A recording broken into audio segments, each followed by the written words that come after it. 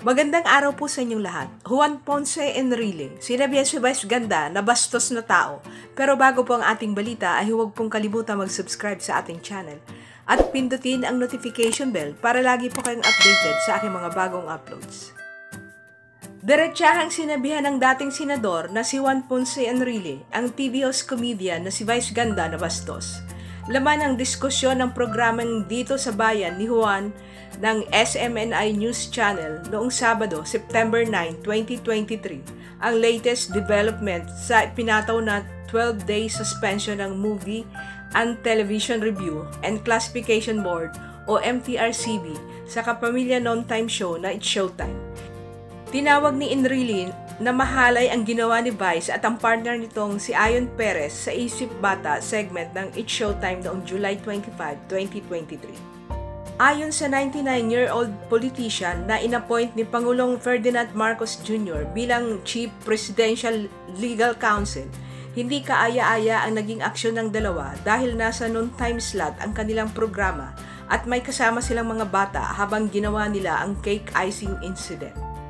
Ang nasabing insidente ang isa sa naging basihan ng MTRCB sa unanimous decision nilang patawan ng suspension ang It's Showtime. Saad ni Enrile, ang problema dito sa bansa natin, kung meron kang power, political, social, economic, or whatever, halos hindi mo na iniisip yung kapwa. Sarili mo na lang ang iniisip mo. Akala mo maganda ang ginagawa mo, pero bastos ka. Super bastos kang tao. Sa naging takbo ng kanilang usapan, nasabi ni Enrile na napanood na niya si Vice at minsan daw ay hindi maganda ang estilo ng pagpapatawa nito. Batikos ng veteranong politiko sa komedyante, hindi lang walang decency, kundi abusado. Alam ko na mapagpatawa yung binabanggit mo na babae na ang tinutukoy ay si Vice. Magmula pa ng araw, ganyan na iyan. Pagtatapos pa ni Enrile, you're earning your living and popularity sa kabastusan.